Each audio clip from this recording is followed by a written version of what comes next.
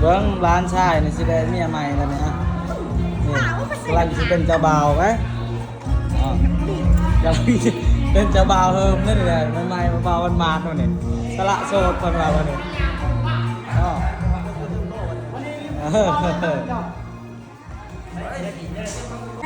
โอเคโอเค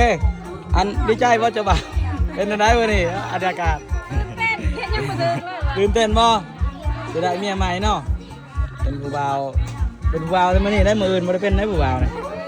น้องไปทำเนาะดีใจว่าได้ลายเคยเนี่ยดีใจแห้งจังหวัดจนบ่ท่านหอนหยามยังไรล่ะอย่ามาเอาใบคอยยังบ่ได้หายเนาะไปทำเนาะได้ลายสายเอาดีใจบ่ได้เมียแล้วเนาะเคยเป็นสัตว์เนาะก็เชิญดื้อพี่น้องเอาเนาะเจ้าบ่าวกันเอาขึ้นมากันเด้อไปทำเด้อเดี๋ยวก็เปลี่ยนเพลงก็เด้อไปทำ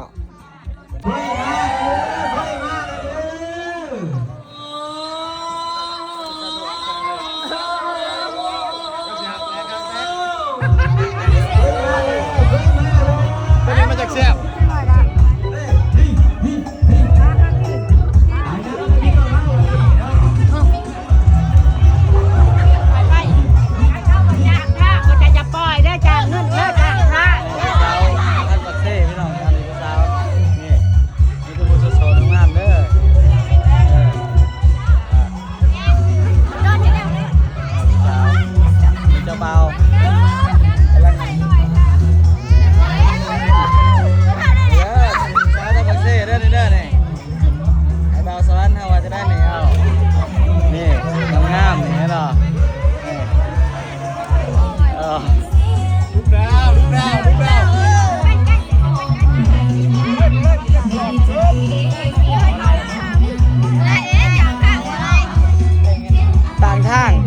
2,000เอาบ่2,000ว้าว2,000เอาจากตันเอา100,000เอาด้านสุดท้ายเอาให้500พ่ออะไรเอาบรรยากาศของงานดองร้านนี่เนาะ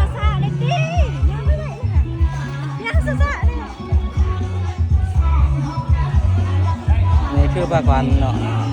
ที่มีการแปลกใหม่ทางสวรรค์เขตเฮามันอีกแบบหนึ่งอย่างนี้ก็อีกแบบหนึ่ง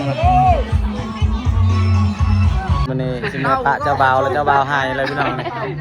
เจ้าบ่าวหายแล้วมึงด่าซ้ายมาได้หายอะไรกีตาร์เนาะสกีตาร์เนาะเนาะบ่าวมึงปะเด้อเด้อ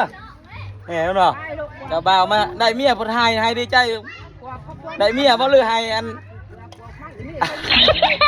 ให้เมียเราพอแล้วแม่มาได้เห็นบ่เห็นไร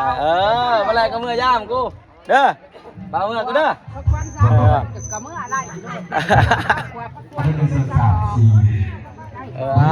เอาขาใส่บอกหายดูเมื่อก็ได้นี่เด้อสบายดีไปกลับปะแล้วเนี่ย